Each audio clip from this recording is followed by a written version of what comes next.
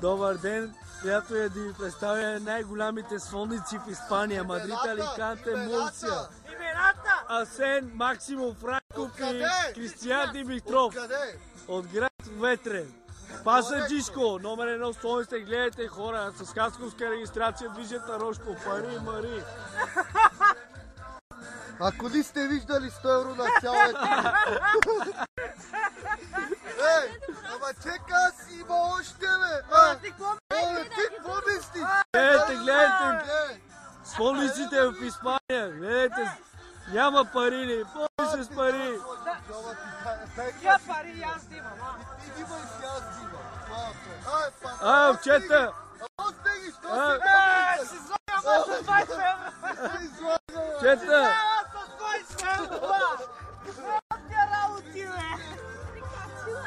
Ти neko качка хапна. Що си захала с 20 евро? Безете, бачо! Няма нищо, бе! Чета, гледайте какво става с солите в Испания. Имат си даже и дяло Коледа. Дядо Коледа е тук. Да, и той Ядем хамон! ядем хамон на хамон солито вино. Цяла също има, почва бързо. Ето, това е живота в Испания. За Испания. За Испания да живее И най-вече за българите в Испания. И по-бързо да фърлят някаква бомба да убират.